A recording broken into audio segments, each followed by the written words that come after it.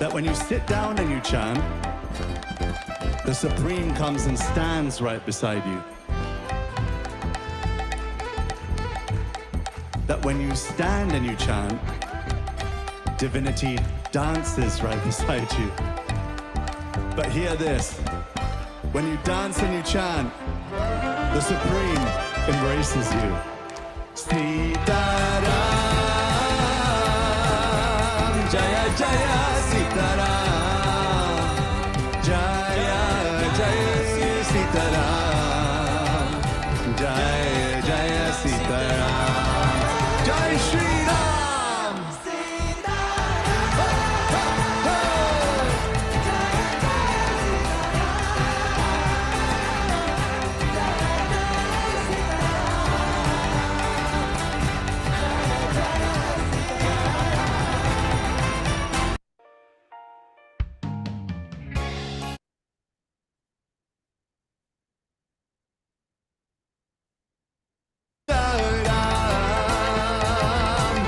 Jaya Jaya Sitaram, Jaya Jaya Sitaram, Jaya Jaya Sitaram, Sitaram, Jaya Jaya Sitaram,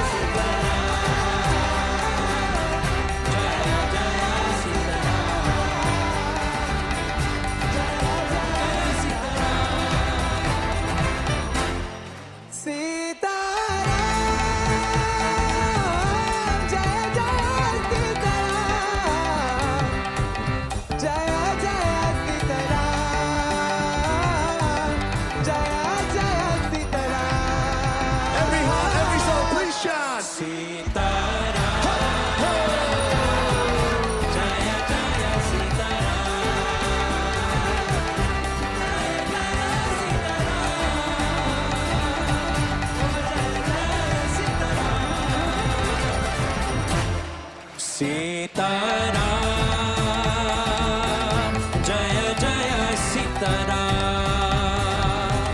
Jaya Jaya Sitaram, Jaya Jaya Sitaram, Shri Ram, Shri Ram,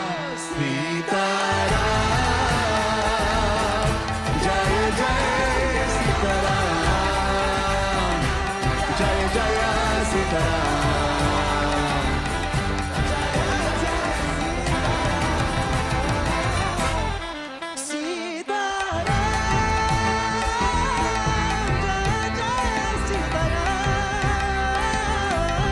Jaya Jaya Sitaram, Jaya Jaya Sitaram. Every heart, every soul, please shout.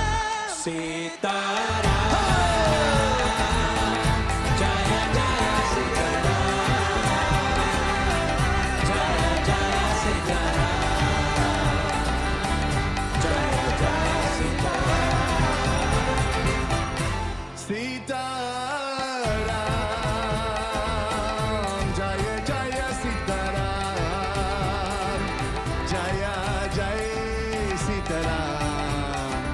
Jaya Jaya Sitaram,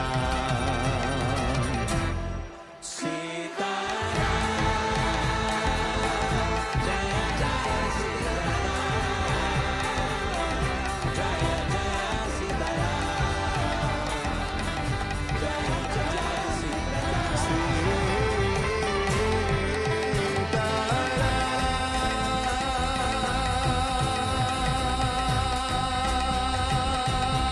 How long it takes a beginner like my dad. Sorry, yo. Depends what your dad was. These random ads are crazy. It reminds me of a friend of mine. He was getting a spam call, just the most random spam call. And it was a time when a lot of these spam calls were targeting older people to try and pickpocket them. So this buddy of mine, he gets a spam call and he said, you know, you owe the IRS so much money. He says, yeah, I'm not going to pay it. And the person starts getting more and more aggravated. And you know, this person is someone who tries to steal from elderly people who are vulnerable all the time. So he was having fun. They finally said, if you don't give this money, we're going to send SWAT there. And My friend being who was says, "That's fantastic. Here's my address. Tell them to bring as many people as they can. I'm going to kill them all." And the person who was calling was so freaked out. So sometimes the best way to go with that is just to have fun with it. Oh my God. That's a crazy story. Well, thank you everyone for joining. Before we start, Sherry, I just wanted to be mindful of your time because I know we've got a little bit less of a crowd today, and I know you planned an amazing presentation. So either we Amazing could could be far-fetched. We'll see how so helpful it is. kind of up to you. Like we could reschedule for another week, or we can just have a small discussion today and kind of putting the ball in your court. So I like being effective and productive, and I like being effective and productive for all of our time. So if the train is about to leave somewhere nice and we don't get on the train for thinking, gosh, there's only four of us here. Let's wait till everyone else comes. We don't get on the train. And then next week, we might not have been able to see on the train. So we missed our ticket because we're waiting for everybody else. Now, while it's nice, who knows? Maybe this is something that you think could be helpful for others. And 2 months from now, you can, hey, Arjuna, would you be up for doing that presentation again? We have more people here. They absolutely fan-freaking-tastic. But we could also do it today. And if you don't think it'd be applicable for others, then you won't have a cringe awkward point because you don't got to tell me and you don't have to we'll just knock it out of the way today. So I'm in favor of doing what we can with who we have Sure. here today. Perfect. All right. Thank you. I love that frame of logic, and it just goes on to show. Oh, snap, Graham's here. The one fellow, this guy looks like a professor, like an Aristotle professor. It's like, gosh, I saw you, sir, for that last time I was here. I was like, man, he looks like that philosophy professor I had in college. So now I'm really on the edge of my seat. Couldn't we have somebody else here? If it's only four, I see we got Ian and I got myself money, like someone else, who looks like someone I can BS around and not be held to task for. Okay, I'm gonna be on good behavior now. All right, perfect. Now that we have informally introduced ourselves to you, I do want to formally introduce Sri Arjuna. So today's talk is about career dharma, which is translates to kind of finding your natural field of work. So Sri Arjuna, he's been a career guidance mentor, and something that I found really interesting that he's a former U.S. Marine. And he's passionate about helping people aligning with their work and natural strengths, which I think is pretty cool because a lot of times we kind of go into what we want to do, but then aligning that. So he's studied that for a while, and professionally he studied communication and dispute resolution with a focus on mediation. Um, and like I said, he later served in the United States Marine Corps. Um, so yeah, I'm just really, really stoked to have you today because you bring such a wide range of experiences. So thank you so much. And No pressure after that, right? yeah, I'm sorry that was too formal. That's all right. That's all right. But the real take is how useful this is. So you've shown excellent etiquette by giving me such a warm welcome, but really the thing comes down to how useful this is. Because so often we see situations where people have really impressive resumes. And we're like, cool, this is awesome because they've got this resume, but whose resume for? It's for them. But then they really can't give us anything. And not to be selfish, but to be realistic, we're going to somebody else hoping that they can give us something we can use. So if they got a really awesome resume, but they can't give us much, it's like not really useful for us. So hopefully I can give you guys something that will be so we're actually not give. Hopefully I can share something and that I know is effective. Hopefully I can share it in a way that's digestible. That's going to be a bit of a challenge. So actually it does work out. So if I completely humiliate myself and I have to reflect on this afterwards, it'll be easier for me to eat some humble pie because there's only a small crowd of us versus if we had 20 of us. So this works out, I think, best for all of us. Should we kick right into, or do you want to do one of those icebreaker exercises first? Totally forgot about that. You reminded me actually. Well, I can show it. And then hopefully it helps the talk a bit too, because I tried to pair it with it. It's just like, how did you end up doing the work that you do now? And do you like it? Holy smokes, that's savage. Okay. No wrong answers. Like whatever you do, you can mention that. Maybe Mr. Graham, what's your last name, sir? You're I on beg mute, your pardon? man. Mr. Graham, what's your last name? I think he's just unmuting himself. Okay. Oh yeah. Lind, like Charles Lindbergh without the bird. Blid, you said? Lind, like Charles Lindbergh, but without the bird. Oh, Lind. Okay, cool. I remember you mentioned that chocolate example, like Lindt chocolate. The Lindt Okay, chocolate, okay. yeah. I'll come back now. Alrighty, so let's do last reverse alphabetical order, because those of us whose last names are at the end of the alphabet always got used to being last in line in school growing up. So we'll go, Mr. Graham, you go first, and then Ayan, your last name is Gupta, so you'll kick it from there, and then Manya, you can go from there. Shall we? Yeah. Okay. I don't know. Right now, I'm doing customer service. I don't think there's any one real calling as far as it wasn't like, gee, when I grow up, I want to be a customer service rep. Sure. But I just what I enjoy about this position is helping people, and I mean this could be changing a clinic or just explaining a certain process or getting materials out to somebody. But a lot of times I get people calling in, and there's a language barrier. And so we'll get an interpreter on the line, and I mean, the most common, requested language is Spanish, but there's also Vietnamese, Mandarin, um,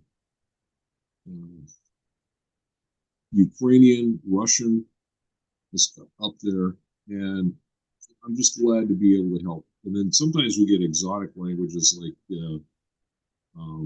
Amharic or French Creole. Goodness. And some of these I can actually understand. Like I've actually had people speaking Romanian, and I can understand some of the Romanian. Not everything, but it's a Romance language, and I studied Spanish in school. And wow, Close but no cigar, right? yeah, exactly. Right on. Mr. So, Gupta, you're up to bat, man. all right. So I, for work, make YouTube videos and I travel to So that's where you get that smile from. You got like a dentist, like who like does your teeth for you like every third day. Right on. You're doing a good job. You're getting your money's worth. Thank you, thank you. Yeah, so I make YouTube content, I go to conferences, and I talk about AI in the cloud to people through this camera right here. And how do I like it? I think it's quite interesting. I never thought I'd end up in a career like this. It was kind of like I don't know, a happy accident, or I don't know what it is. I had an internship at this company and they overhired interns. So they randomly put me onto a team that had nothing to do with what I actually wanted to do, but I'm actually much rather prefer this because it's not sitting down coding all day. I get to go to, like recording studios and travel and talk to people. So it's fun. Okay. Thank you. Ms. Dua, if you'd be so kind. Am I saying your last name correct, Anya? Yeah, you are. It's like Dua Lipa. Okay. Well, I'm a student, unlike many of you, but I have like interned and I'm starting work this summer, and I work in tech and mostly like machine learning, so like AI chatbots and stuff like that. I got into that as a young kid when I just really liked like making stuff with Java, and that's like the first programming language I learned. It sounds really nerdy, but I was a nerd and I still am, and I really like it. I guess it just allowed me to like be more creative, I guess. In the way I wanted to use tech and what I could do with it. It felt like a superpower. Like I could just make apps Okay. and websites for whatever I You wanted. enjoy that. Yeah, so I do enjoy it. Yeah. Okay. So Sometimes it's a pain, but I enjoy it. All right. Okay, how did I end up doing the work I'm doing right now? And you guys really, I don't have anything quite as exciting as Mr. Lynn's listening to esoteric romance languages or still being in school. You know, being in school is like the Harry Potter books. It's interesting because if you think about the Harry Potter books, most of the books should be written after he gets out of school. That's most of life, but it's when you're in school that all the really, really exciting things often happen because there's much happening in a condensed time. Mr. Gupta, you're doing all those conferences, so it's kind of hard to follow you guys up. I knew what I didn't want to do. I started by the reverse. I grew up in a community in which the emphasis for children was be a PhD in something. Doesn't give a damn what the PhD is in, but for Christ Almighty, for crying out loud, be a PhD in something, please. And if you can't be a PhD, at least if you want to come sit at the table with the rest of the people who've made it, at least have a master's, and then just don't talk too loud at the table. But these were all in areas of being a doctor or being an engineer. And I grew up thinking very bluntly, I hope the war, and by the way, I didn't grow up with video games. I didn't grow up with TV. I grew up reading books and playing outside in sticks. People hear about the same thing, man, you watch too many videos or whatever. Or maybe both my parents were very pacifistic.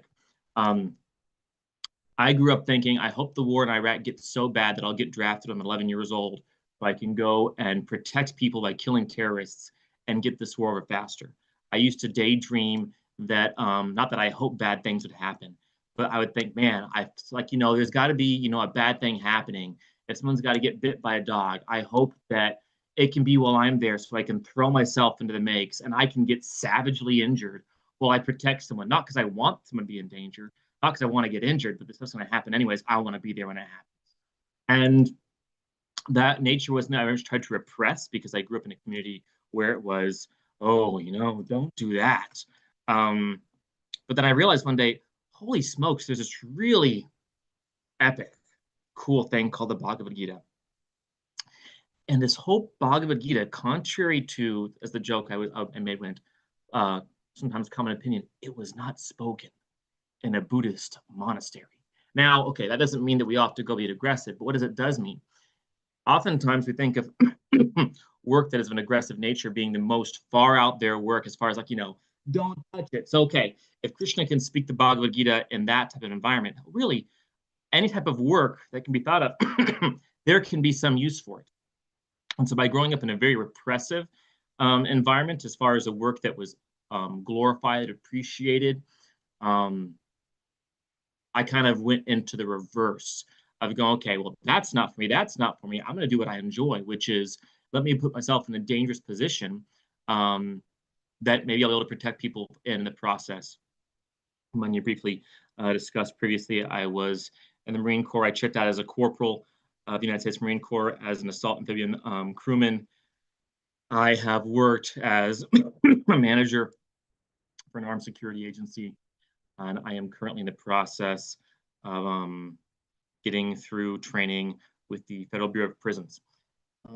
With that being said, though, I would like to go ahead and jump to a question I have for all of. Oh, actually, I'm going to caveat this. So, quick intro.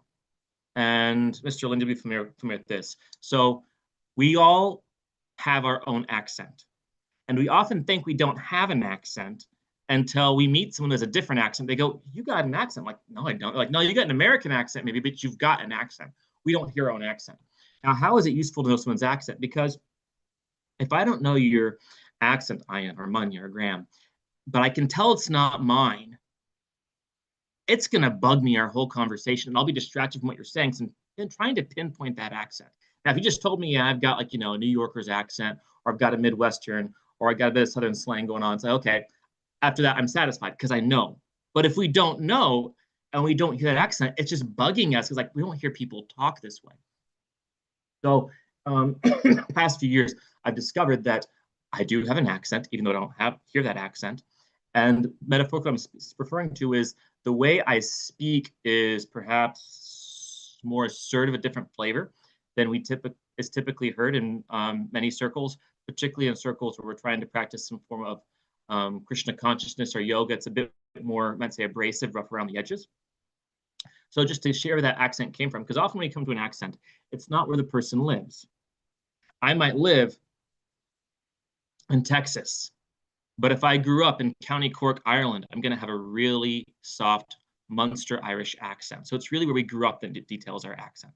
So just a brief idea for you guys where my accent was. So after that, if I speak a bit more with my accent, it's not disturbing you because you understand, okay, that's where it goes. We can pinpoint it. My father left home at 17 to join the United States Navy. In his first 4 years, he'd reached the equivalent of what would become a sergeant in the Army. He reached an E5. This is not very common. You have to have a bit more of a salty approach to life to accomplish that in a short amount of time. After that, he spent 17 years as a wildlands firefighter, spent some time jumping out of helicopters, fighting forest fires that were shooting flames 200 feet into the air. And then he had children when he was 37 and figured he'd never have a family because he'd been there, done that, all the pictures. So that formed my accent as far as how I communicate. I want to preface that because sometimes the way I communicate might seem a bit abrasive or assertive. All right, with that being said, we're going to jump right into this because we're going to learn how to swim, hopefully, in a very short amount of time. Do any of you not have, and I'm asking not have, not because if you don't, we're going to put the magnifying glass on you and cry shame, shame, shame, but more the opposite. We're going to start improvising, adapting, and overcoming. Do any of you not have a blank piece of paper and perhaps some coloring or writing gear? If you do have, we're good, but raise your hand if you don't have that. Sweet. I'm not seeing any hands raised, so I'm assuming that we all have that. Okay, so fantastic. I just I see. Go Sorry, ahead. I just wanted to quickly interject. If you don't have it, I don't know if this works, but I found a website that has like a blank piece of paper with colors. So if you need color pencils and you don't have it, What's the that's website name so I can use it in the future if it's necessary, please? Auto drop. Fantastic. yeah, in case y'all do. Yeah. Alrighty, so 9:22 and 9:22 my time. We got to end at 10 p.m. my time. We got 38 minutes. Okay, well, hey, we'll shoot for the rhino here. So here's the mission, if you will. I'm going to set a timer for 6 minutes. And in this time, I would like it if you would all draw a park. By park, I mean it could be New York Central Park. It could be a park around the street you grew up. I'm not really talking about the swings park where you learned how to pump your legs in the swings when you were a kid, or got pushed down the slide by a bully when you were second grade. I'm just talking like a big old park, grass, area, trees, maybe a flower garden, some benches. As you will, there's a reason for this specifically. It's got to be a park, not a forest. It's got to be a park where you go. I'm going to set time for 6 minutes. Use as many variegated colors as you would like to. If you want to put some benches in there, awesome. At the end of 6 minutes, we're going to kick it off from here, going full speed. The timer is beginning now.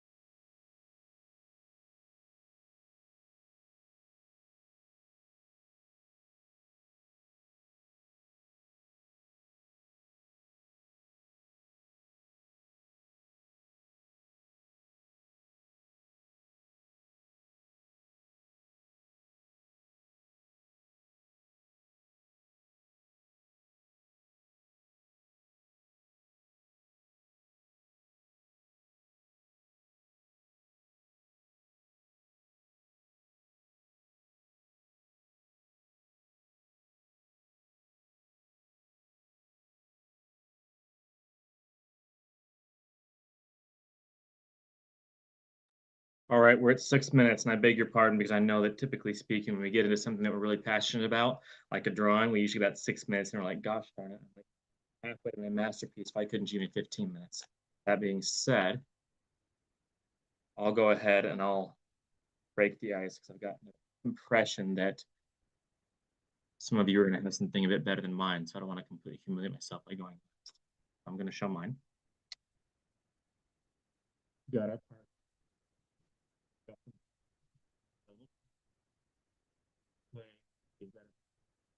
All right. With that being said, I see some parks. Don't everybody go at once now. I'm happy to share. In hindsight, this has colors, but I guess you can't see it until I export it as a PDF. But hopefully it still makes sense. I realized how long I haven't drawn in. Oh, that's actually nice. So there's like a little pathway, and it's more of like a natural like park with like a zip line and a tree house and a lake and You know what it reminds me? It reminds me of like those old Calvin and Hobbes comic strips, that the ones that were black and white though. Like really get into the detail. It's all black and white. I like that. Yeah, I can't see the colors, but it's very nice. Very cool. Thank you. Manya? I had some colors, but it also looks like an elementary schooler made this, so Well, in 6 minutes, that's what we get. So it's not your fault. It's mine. okay. All right. Can see it. Oh, that's actually really fun. I like that. It basically has like people playing badminton and slides. I see you've got a tree there. And those orange things are birds. I don't know Oh, if you get. yes, yes. Right on. Mr. Grant, it's come full circle, sir.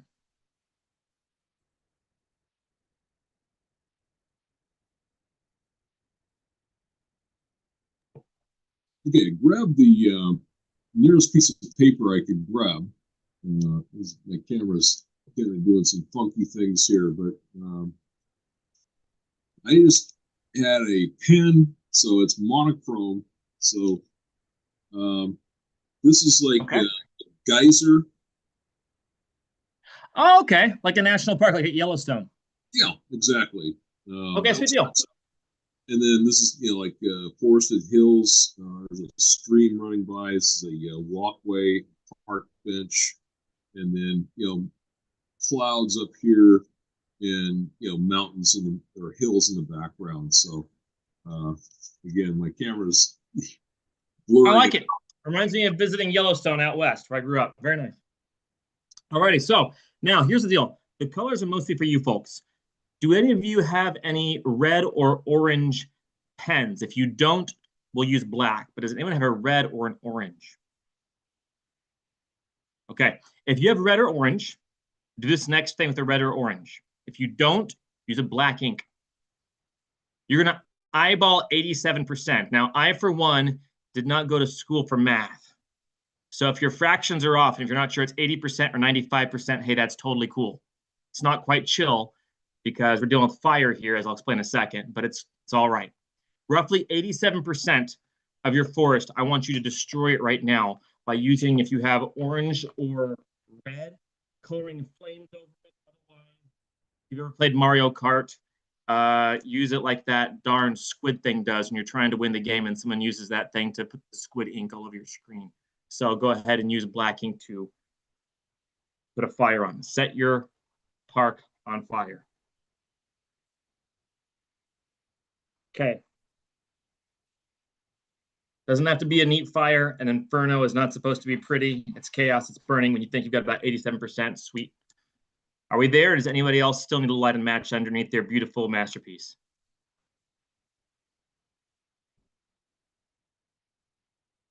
And you guys are like not arsonists at all. Like a true born in the dyed in the wool arsonist. Like, yeah, done already. You guys do not have any destruction of cells in your body. That's actually a good thing overall. That's a functioning society. Okay, Mr. Lint, you've got it. You destroyed the chocolate factory. Mr. Gupta, I see that. Okay. Manya, you're hiding it from us. I tried to do that on this auto draw thing, but when you go to change the color, it changed it all to the other color, so my whole thing got burnt down. Dan, do you We're want good. to? I want to see yours if you have a screenshot. Whose is this? Oh, it's Dana. Can you show us yours? Is your camera working? Oh, I see you now. I see you've joined. Yay, nay? Unless you're I purposely not showing us because you don't want to have the humiliation talking. of having Are you fire all talking to over your me? creation. Well, no. The problem is I'm on Zoom on my phone and I'm doing this on my phone, so I have to figure Okay. out how to It's all do good. it. So here's the deal. The point was, is it all What? turned red, so it all burnt up. Hey, that works. Okay. Here's why we're doing this.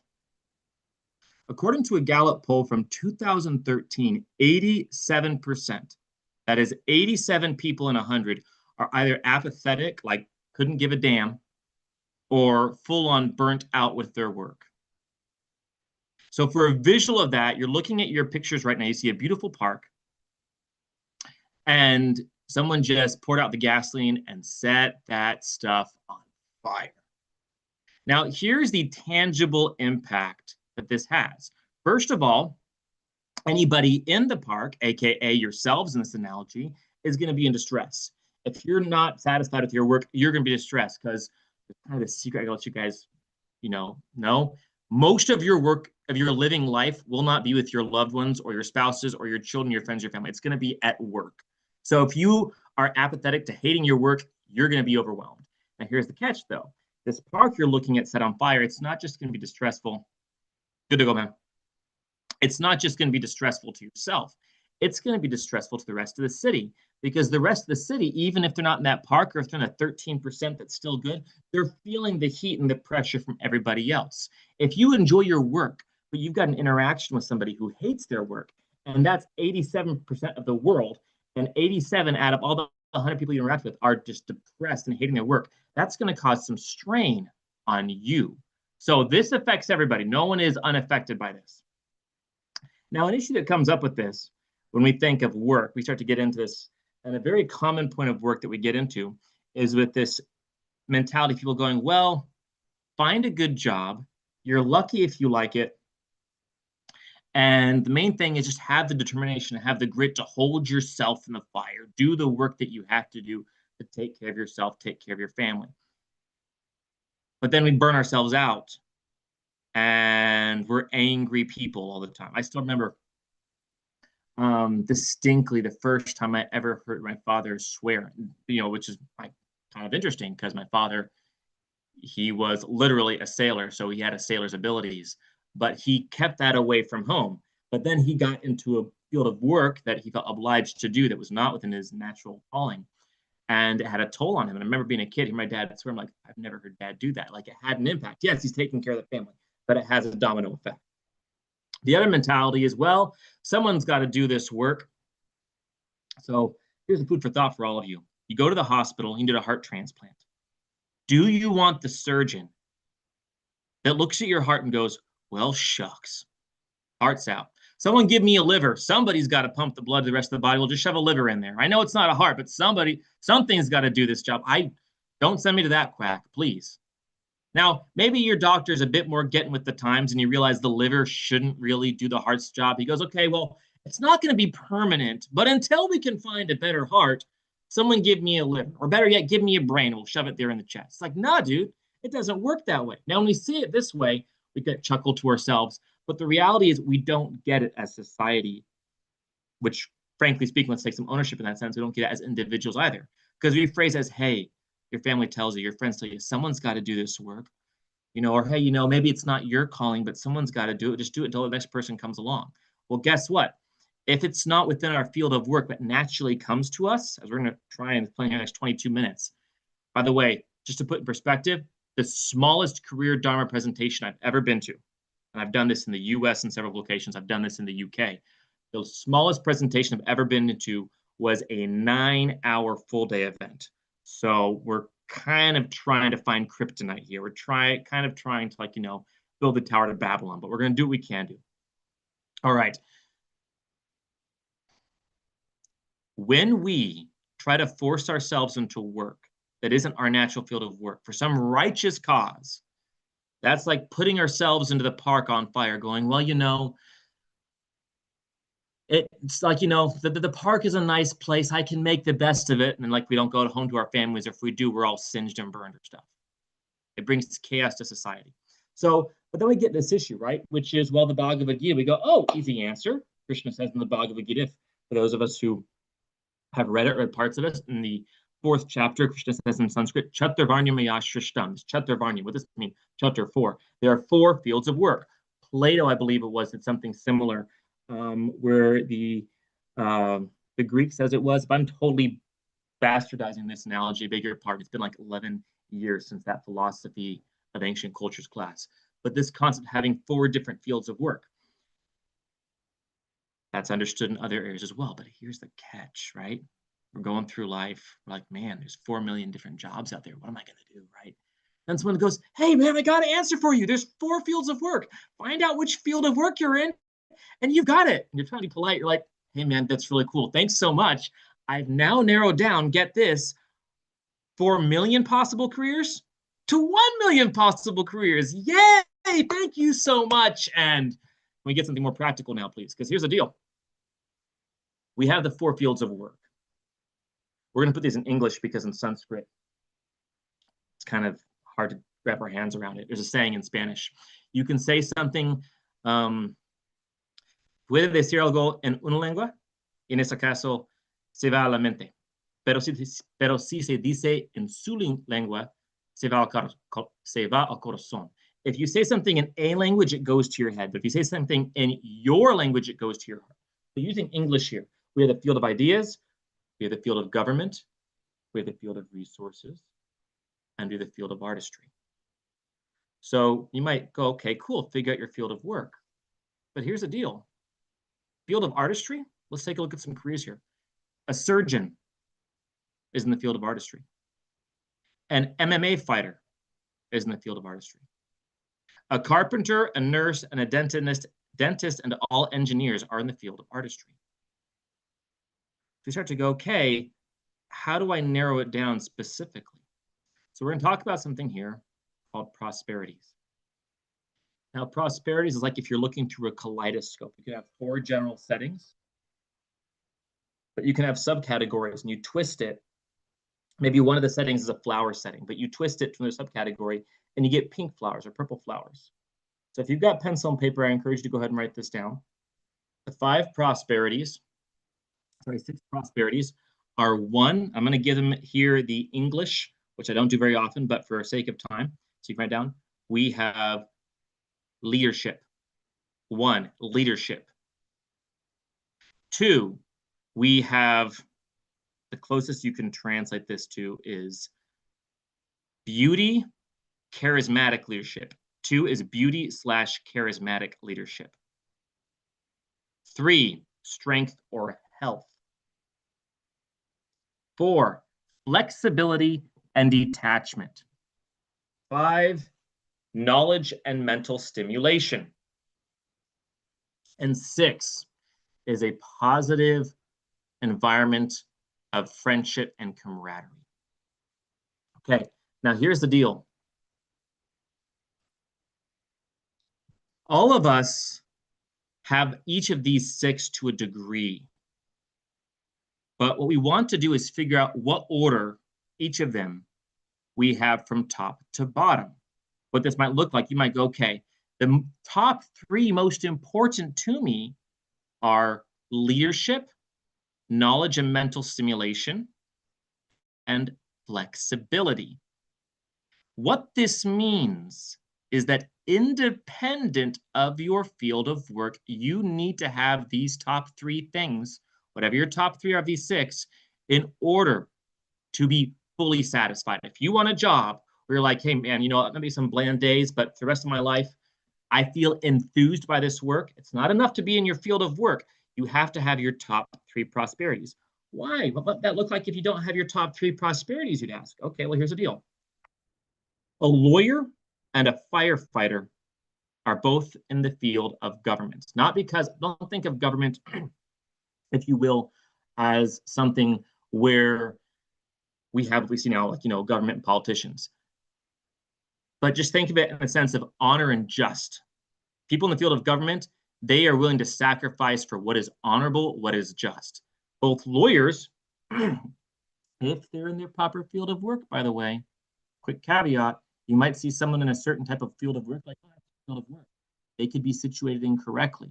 Like I was telling you, for so much of my life, I had pressure to go into a type of work that I might be very good at, but it was not feeding my energy. So, lawyer and a firefighter, both in the field of government, okay? Well, what's the difference? Well, firefighter, let's get a volunteer. We've got leadership, we've got knowledge, we've got flexibility, beauty, charismatic leadership, health and strength, and we've got supportive work climate. Who wants to take a stab and tell me what they think one of the top 3 important prosperities are in the career field of a firefighter? This is your test. Are you falling asleep on me? If you are, it's okay. I've fallen asleep in classes before, but I actually do want to get some mental stimulation here for a reason. In a firefighter, what do you think are going to be in the top 3? You got leadership, you got beauty, charismatic leadership, you've got flexibility, you've got a positive, supporting work environment, you've got mental stimulation, you've got health, and you've got physical fitness. What do you think you're going to, at least one in the top 3? I was thinking strength or health. Freaking nailed it. Yes, this is a type of work where you have to go to the gym to earn your paycheck. Okay, now, does a lawyer have to go to the gym to get his paycheck? No, not even. That's why so many lawyers look like, what's his face? Who's the guy? And if you all haven't seen Harry Potter, I beg your pardon. But he sells Ollivanders. He sells wands and Harry Potter in the Sorcerer's Chamber. Or Joe Biden, or to be equal opportunities here, George Bush. That's what lawyers can look like. They don't have to be full of strength. Okay, for them, they need for people to be thriving in that, a prosperity is constant mental stimulation. They're learning new laws and things every single day. These prosperities are freaking huge. The way we go through in a career Dharma consultation, we find out people's field of work, but then we go, okay, hey, there's 4 fields of work. There's 6 prosperities. You can find out your field of work, whoop-de-doo. There's a million different careers you could have. But if you want to get to the point, and this actually is practical, can be done, where you can look at any career. Say you lose your job today, or voluntarily. Say, Mr. Graham, you pick up and you're like, okay, I'm not going to be doing customer service in the current state you're in, and you move 7 states over and you're not working for customer service. And you want to go, okay, how can I find something that I knew I can succeed at? And you're stressed out because you can't find something exactly in your resume. And in that year, you go, okay, here's my field of work. Here's my prosperities. Well, let's see. I know that I don't want high flexibility in my schedule. I want to work a standard 9 to 5. Okay. Vairagya is down at the bottom.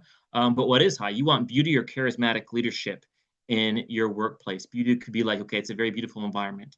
You want a supportive working environment as far as your coworkers. People are going, hey, Graham, I heard you had that nice outing with your family recently. How'd that go? And you go through this, you go, oh, I can find an area where it meets my top 3 prosperities. So these are your prosperities. Now, fields of work. Now, again, to quickly interject here, when we're doing a monumental task, if it were, or something out of the ordinary, it's nice to know where we're aiming at. Otherwise, it just goes, okay, what am I doing here? Like, what's the goal of this? So the goal of this, I've got all these alarms going off to make sure I'm keeping track of the time. So we're down to 12 minutes now. But the goal of this is that you've got a little homework there. You can begin to think, okay, what are my prosperities? You can begin self-assessing on your own. And you can start looking at the fields of work. And if you're intrigued, you can go look for this book, Career Dharma. Unfortunately, it looks like it's showing up in the reverse of the mirror. Career Dharma says The Natural Art of Work. Career Dharma, The Natural Art of Work by doctors Best, like the best doctor, the opposite of the worst doctor, and Dr. Data, like lots of mathematical data, only it's got 2 T's. So you can begin to figure out, okay, what type of field of work are you most inclined to start to self-assess and have the tools to begin that process? Okay, fields of work, resources. Now, the way we figure this out is that when I start to describe the fields of work, you're going to notice it's kind of like prosperities. What do I mean by that? Every field of work sounds nice. Like, man, thank God there's people like that. And this is where people start to go, well, maybe I've got multiple fields. That's, by the way, like going, man, I can see the benefit of like living like a renounced single person's life, and I can see the benefit, like, you know, having a married life. Don't try to do both, folks. That's a hard no. If you go into a marriage and go, hey, I want to be married, but I want the benefits of being single. Remember that fire on the park thing we can do? Yeah, you can just pour the gasoline on your marriage right now. That's the point.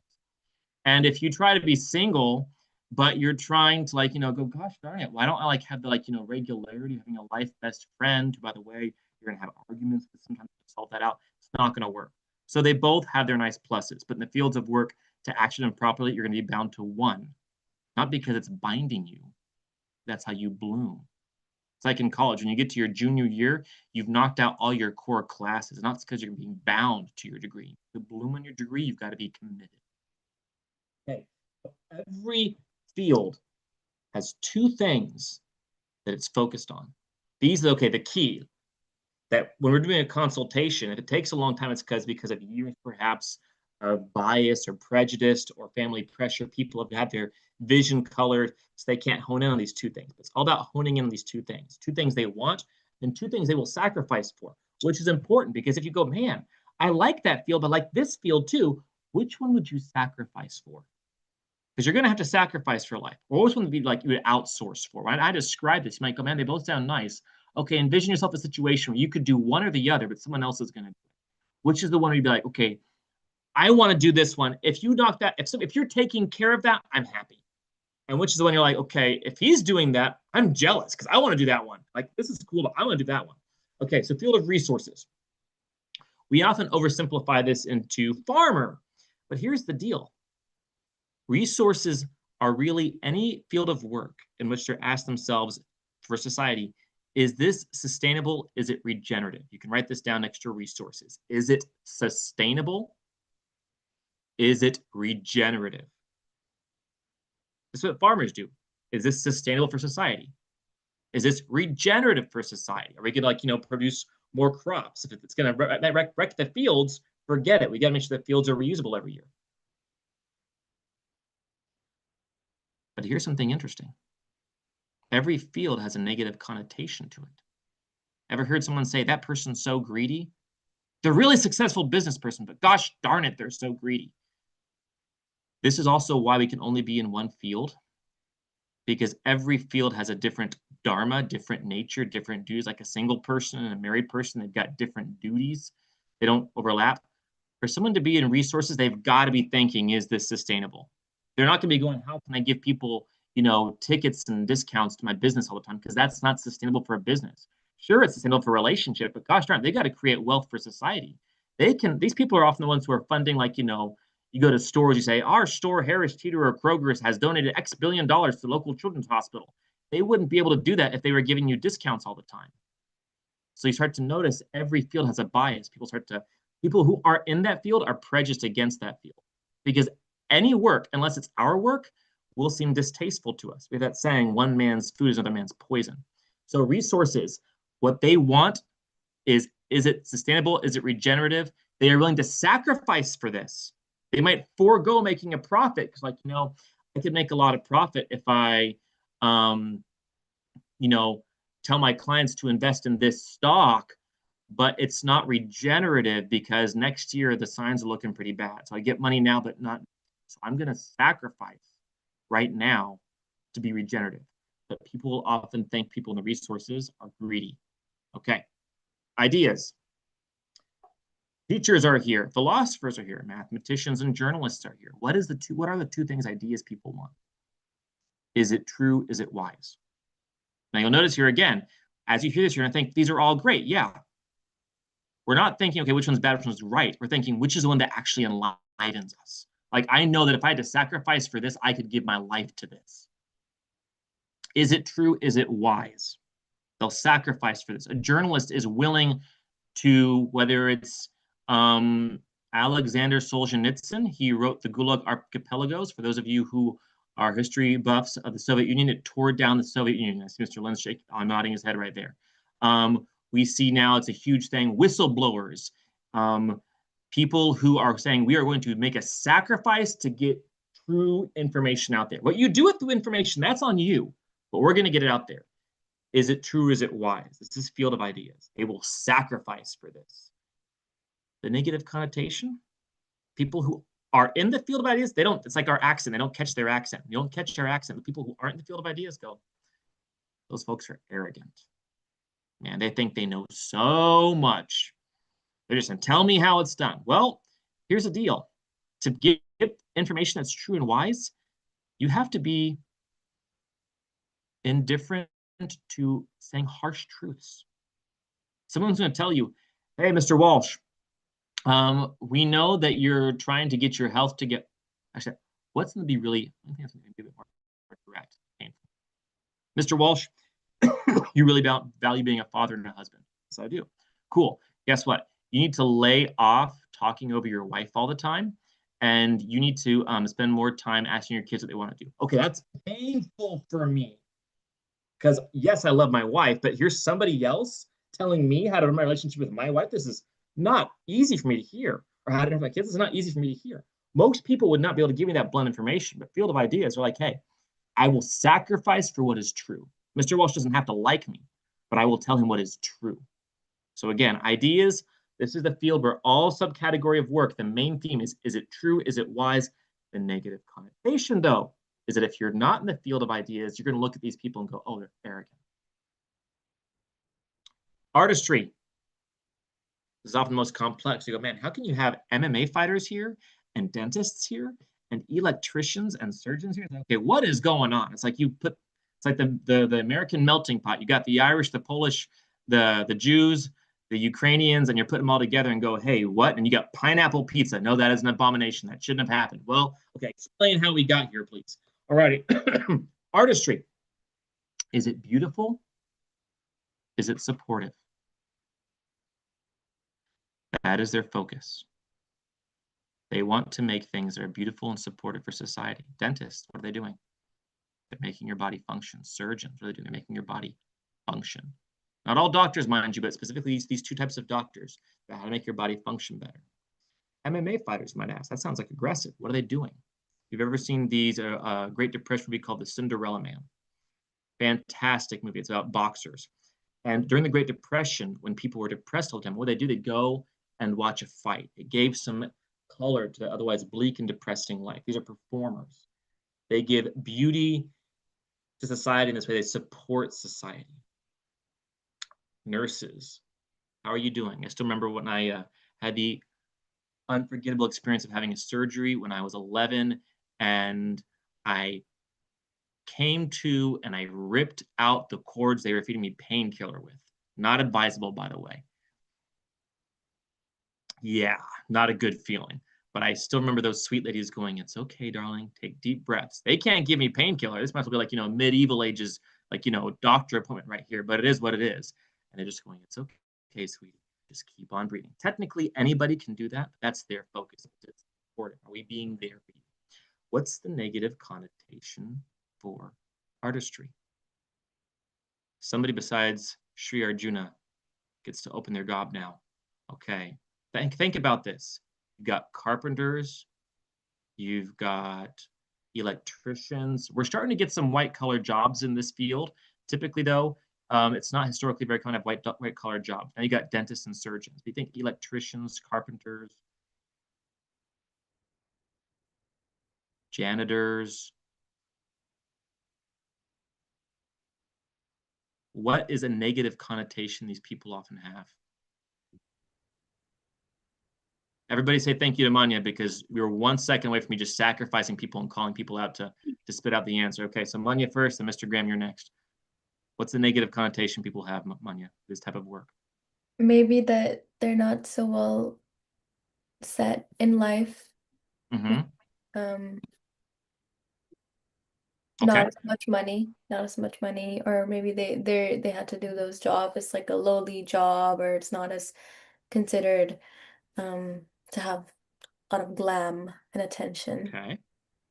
Mr. Graham? I was going to say aggression because you get a lot of blue collar workers that just vent out their frustration either by drink or go to a bar and get good and drunk and man, Oh, Yep. bar brawl now and then, you know?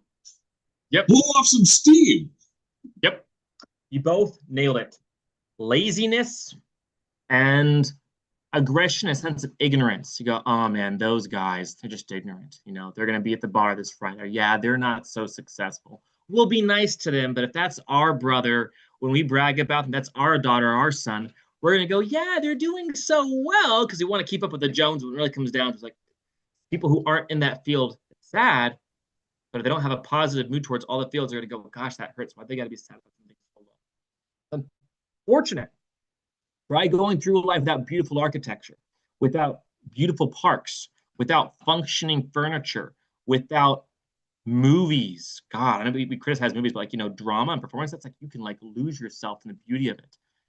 Without like, you know, having great novels to read, like Lord of the Rings or Terry Pratchett's Discworld or Harry Potter. Like, you know, these are things like bring spice to your life. Try doing that. Try having plain rice and beans for dinner tonight and let me know how you like it. Because the people in the field of artistry, they're your cardamom, they're your coriander, they're your hing if you do hing instead of garlic. You get the idea. But if you're not in that field, you think of it as ignorant or lazy. Okay, finally, we're going to go into field of government. Field of government, is it honorable? Is it just? Now, here's an example of where you can tell the two apart. Someone goes, well, like, you know, I get this a lot, you know, ideas, it's like, is it true or is it wise? And there's like, you know, field of government. I could see true and wise overlapping with honorable and just. Okay, here's an example. If something is true, like say it's true that a certain action on my part might be risky, and I'm field of ideas, it'd be wise not to do that action, right? But and I'm speaking directly here, no more examples, I'm in the field of government. Again, don't think they government like politicians. Like oftentimes people look at the field of artistry and go, oh, I'm not an artist, I'm not field of artistry. These are names because of the two things. Field of artistry, what's their two things? Support and beauty. Okay, you may not be very artistic, but if you really like to give people enthusiasm when they, the enthusiasm knowing their bodies are going to work, you might be a surgeon, which is basically adding beauty and support to people. So don't think of it in the real terms of that. But is it honorable? Is it just? Okay, I might know some things not very true or very wise to do because of the risk. But if the gauntlet has been thrown, so to speak, and someone's like, hey, man, the gauntlet's thrown, I am going to sacrifice myself excruciatingly to prove the point on my honor. I will sacrifice for honor. So is it honorable or is it just? We will sacrifice for this in the field of government. Now, what is a negative connotation for people in the field of government? Mr. Graham, any takers? And Miss Dana, you're next unless you're driving. I would think probably greed or like greed for power. Power hungry. Freaking nailed it. There is one more possible. Miss Dana, can you hear me? Going once. Yes, I can. Oh, cool. What would be a negative connotation for people who aren't in the field of government? How might they see people in the field of government negatively?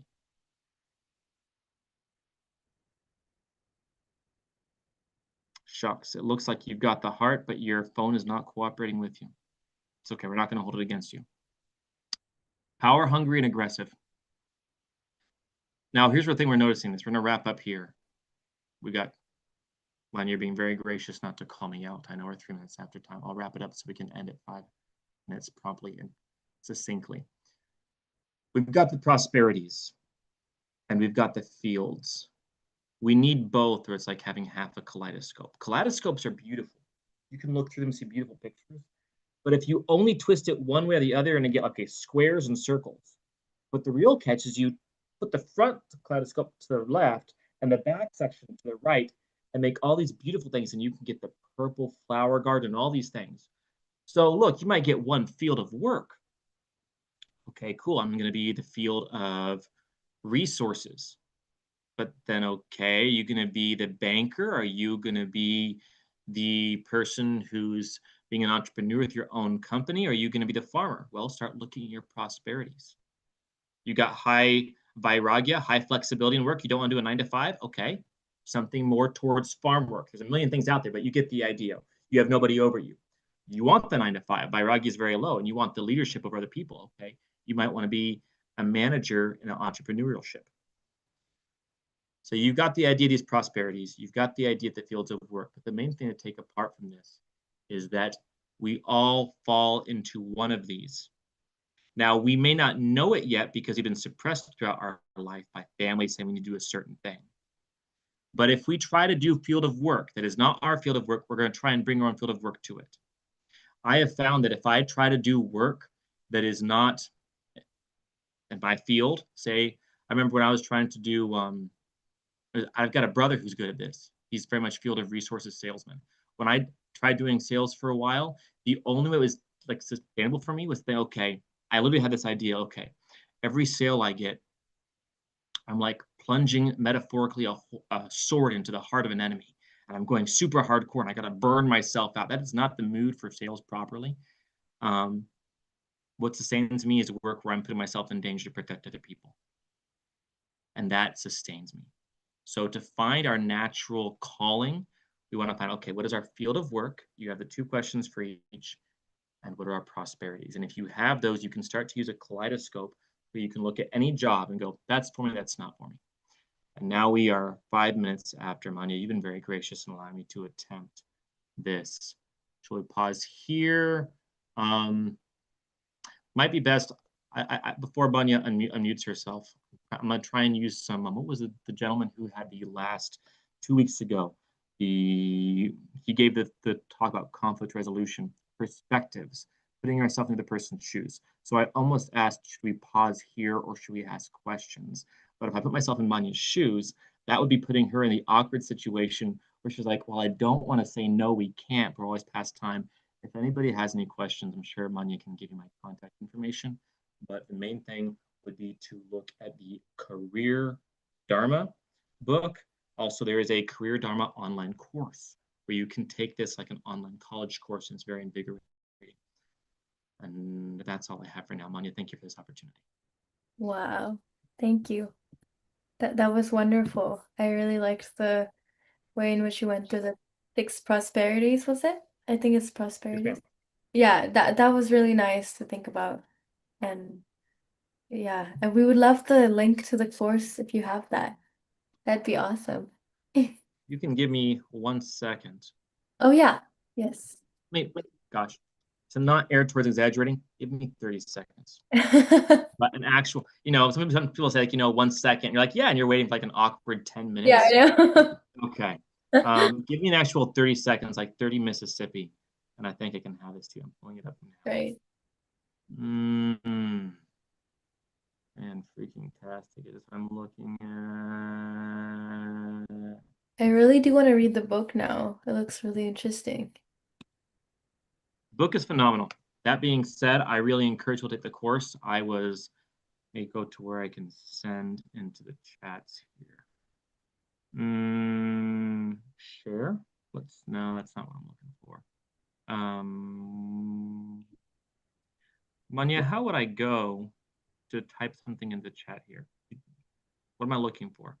It's like a little chat bot at the bottom. Here, I can try to unpin Just you. entered it. Okay, that's the online course. The main homepage for it is right here. So for the online course, the reason I encourage the online course is for those of us who are busy, like that's an actual thing that we have to deal with in our lives, the online course is great. I love the book. I've got a massive library, but I'm just gonna be completely legit. Sometimes it's really hard to sit down and digest material when I've got less than 10 minutes, because it takes 10 minutes just to get ready to read a book. This course, the online course, is designed that if you only have 10 minutes a day, you can knock a piece out. There will be most of them. About 3/4 of the material is going to be put into segments of videos. So you watch a video, the video is 3/4, about 3 to 5 minutes long. And then there's like 3 to 4 minutes of multiple choice quizzes and fill in the blanks afterwards to see if you got it, to digest it. So 10 minutes, you've got 1 lesson done. Sorry, one lesson done. These lessons make modules. Takes on average about a month, month and a half, maybe 2 months, depending how slow you get into it. But it's very nice because unlike something where you got to read a book and it's like, okay, let me sit down for 10 minutes to get myself mentally there. I can't read less than 10 minutes. I'll read 2 minutes. I can't get into digest. Interruption. Sorry, not going to happen. The online course is fantastic for that. If you've only got 10 minutes a day, you can and you will get through it and you will retain it. Thank you. Yes. All right. I'm very passionate about this, so it's very easy for me to insert 30 seconds and expand to 5 minutes. But I'm going to head and be self-aware about that. I'm gonna shut up now. Manya, thank you for this No, opportunity. totally. We love your insights. And you're talking about the accent. I was going to say, whatever it is, we love it. Fantastic. Thank you. Thank you, everyone, for joining. It's nice to see all of you join.